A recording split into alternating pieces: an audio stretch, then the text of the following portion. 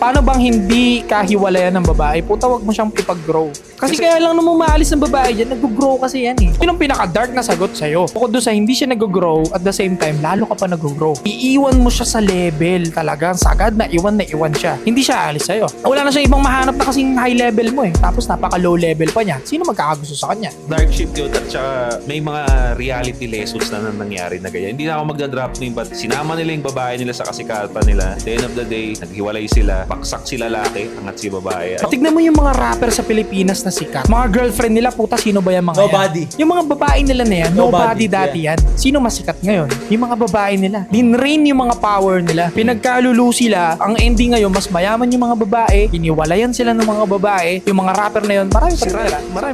Pero sira sila. Ano ba lesson na nakuha natin doon? Tangin na wag niyong bigyan ng clout. Hindi niyo kailangan ipamukadkad yung babae ninyo sa lahat. Ang importante, mahal ninyo isa't isa.